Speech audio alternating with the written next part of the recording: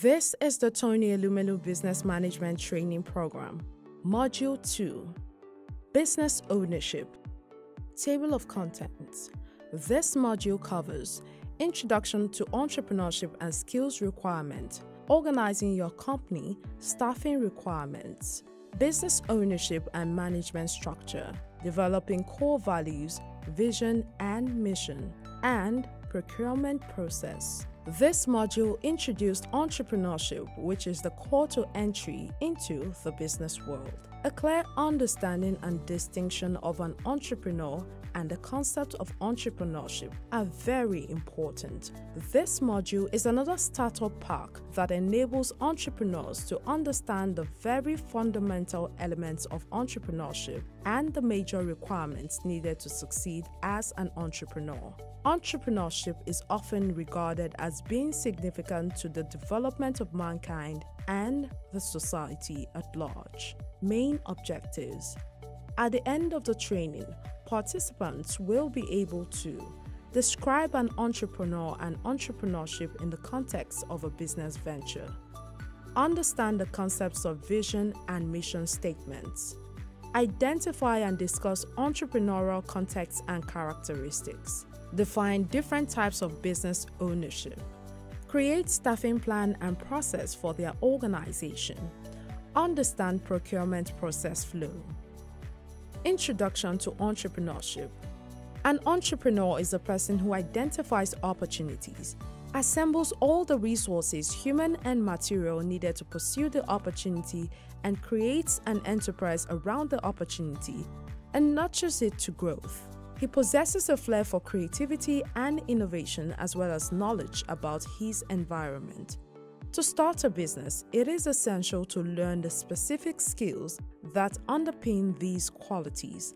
Let us look at some of the characteristics of entrepreneurs. Entrepreneurial skills. Personal skills. Optimism. Are you an optimistic thinker? Vision. Initiative. Desire for control. Drive and persistence. Risk tolerance. Resilience. Interpersonal skills. As a successful entrepreneur, you will have to work closely with people.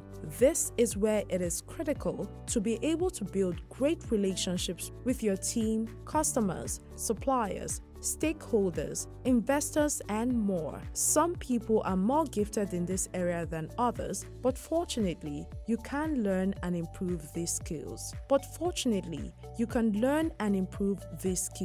The types of interpersonal skills you will need include leadership and motivation, communication skills and listening, personal relations, negotiation, ethics.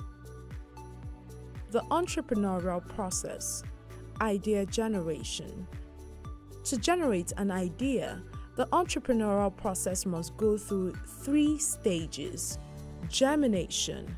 This is like a seeding process, not like planting seed. It is more like natural seeding. Most creative ideas can be linked to an individual interest or curiosity about a specific problem or area of study. Once the seed of interest curiosity has taken the shape of a focused idea, creative people start a search for answers to the problems. Investors will go on to setting up laboratories. Designers will think of engineering new product ideas, and marketers will study consumer buying habits. Incubation. This is the stage where the entrepreneurial process enters the subconscious intellectualization. The subconscious mind joins the unrelated ideas to find a resolution. Feasibility study. A feasibility study is done to see if the idea can be commercially viable. It passes through 2 stages. Illumination. After the generation of an idea, this is the stage where the idea is thought of as a realistic creation. The stage of an idea blossoming is critical because ideas by themselves have no meaning. Verification. This is the last thing to verify the idea as realistic and useful for application. Verification is concerned about practicality to implement an idea and explore its usefulness to society and the entrepreneur. How does a potential entrepreneur evaluate an opportunity? Here are some important factors to consider when deciding whether a business opportunity is worth embracing. Market size. One of the most important factors when evaluating a business opportunity is market size. Do a little research. Figure out if there is a market for the opportunity and how big that market is. Before you move forward, you want to be sure the demand is there. Relationships. Does the business opportunity come with some relationship? What are your relationships with potential investors or customers? When you have more relationships, the opportunity is likely to run smoother.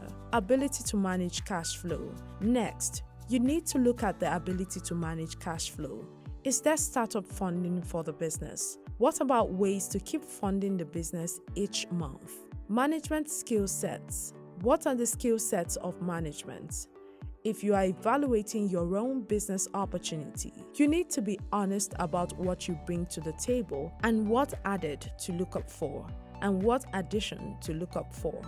Passion and persistence. Even if there is a bit of talent deficit, it is possible in some cases to make up for that with passion and persistence. Are you working with people who will get the job done? Do you trust that they have the passion to make things happen? Organizing your company and staffing requirements.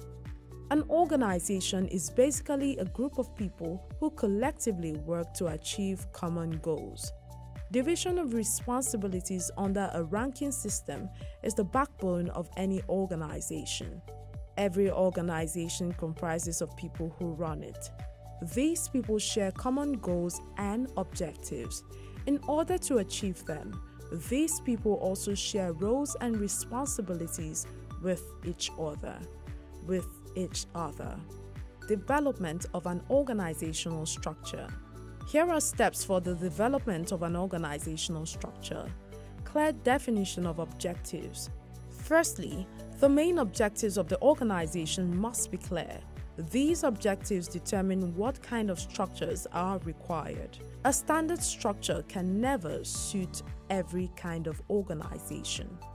Identification and grouping of activities. The next step here is to identify activities that members of the organization must perform. Since every business activity requires many tasks, clear identification of them is important. Determination of the structure. After completing the first two steps, the organizers finally determine the overall structure. He defines the ranks and hierarchy in which people will function. The creation of departments also happens in this step. Revision of the structure. Once the structure starts functioning, it can show up problems and shortcomings. For example, the marketing and sales departments often perform similar functions. Staffing in an organization.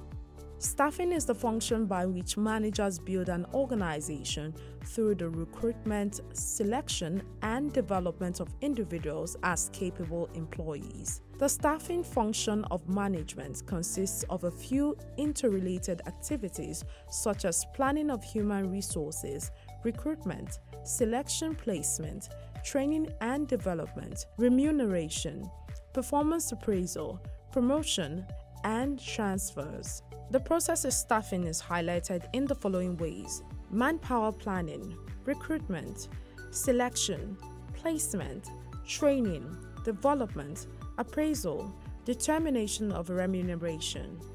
Business ownership and management structure. Sole proprietorship. This is also known as a one-man business. It entails the setting up of a business outfit exclusively by one person. One very disturbing thing about this type of business is that the owner bears the brunt in case of adversity, that is, he is personally liable. Partnership. When a business is owned by 2 or more but not exceeding 20, such association is called partnership. This is usually based on mutual agreement among them, and such agreement is contained in a document called Deed of Partnership. Limited liability company. A limited liability company is a legal entity established by an association of many people who contribute capital in accordance with the law for the purpose of carrying on a business. In the legal circle, a company is an artificial and invisible person with rights and liabilities. Also, it can sue individuals or organizations and be sued in its corporate name by individuals, groups of individuals, or organizations. It can be further divided into private and public company. Legal requirements for business. Make sure you know the various federal, state, and local registrations that identify your enterprise for tax and legal purposes. You may need professional help or talk to a business law attorney. Developing core values, vision, and mission. Your core values can include integrity, passion, leadership, teamwork. The mission statement leads to strategic goals. A vision statement of an organization's overreaching aspirations of what it hopes to achieve or to become. The vision is a broad description of the value an organization provides. It is a visual image of what the organization is trying to produce or become. Vision statements should be clear and concise, usually not longer than a short paragraph. The mission statement.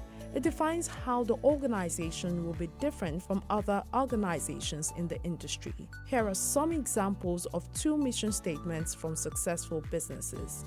For example, the mission statement of Adidas is, "We strive to be the global leader in the sporting goods industry with brands built on a passion for sports and a sporting lifestyle." Another example is Amazon. We seek to be Earth's most customer-centric company for 4 primary customer sets: consumers, sellers, enterprises, and content creators. Strategic goals are the broad goals the organization will try to achieve. By describing why the organization exists and where and how it will compete, the mission statement allows leaders to define a coherent set of goals that fit together to support the mission. Achieving SMART goals. Typical organizational goals and plans include strategic goals, broad statement of where the organization wants to be in the future, which pertains to the organization rather than to specific divisions or departments. Strategic plans. The action steps in which an organization intends to attain its strategic goals. Tactical goals.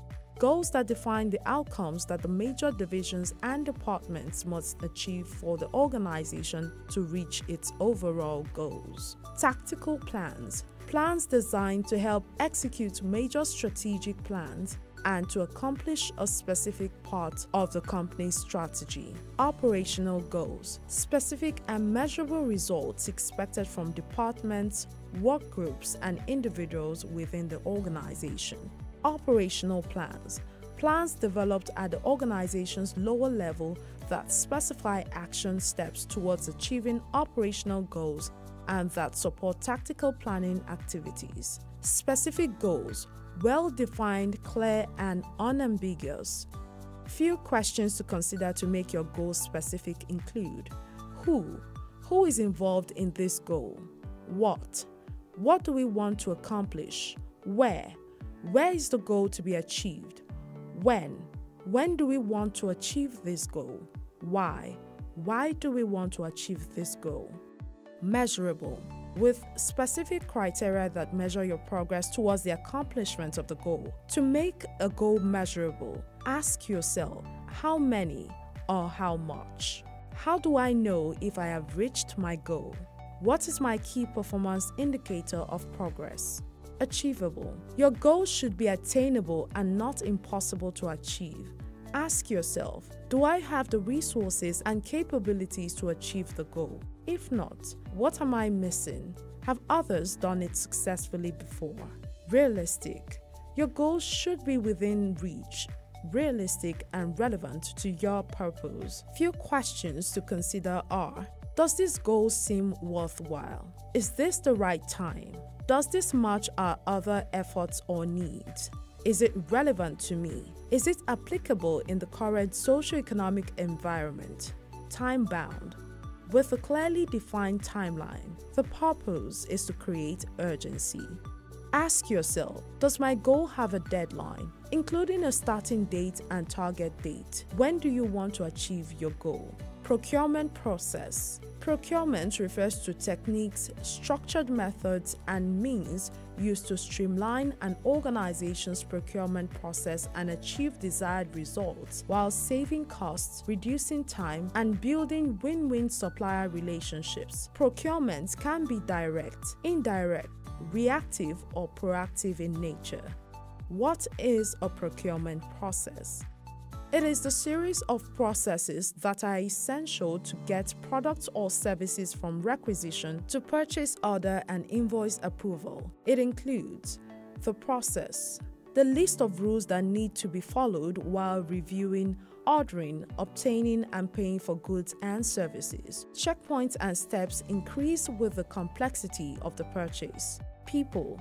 These are stakeholders and their specific responsibility in the procurement cycle. They take care of initiating or authorizing every stage of the process. The number of stakeholders involved is directly proportional to the risk and value of the purchase. Paperwork. This refers to the paperwork and documentation involved in every stage of the procurement process flow, all of which are collected and stored for reference and auditing reasons. These are important stages in the procurement process flow. Step 0. Needs recognition. Step 1. Purchase requisition. Step 2. Review of request. Step 3. Budget approval. Step 4. Quotation requests. Step 5. Negotiation and contracts. Step 6. Receive goods and services. Step 7. Three-way matching. Step 8. Invoice approval payment. Step 9. Record keeping. The competitive landscape and business environment. The competitive landscape includes technological forces. Failure to monitor and address the major technological innovations may adversely affect a firm's competitive edge, particularly if competing firms use technical improvement. Demographic forces.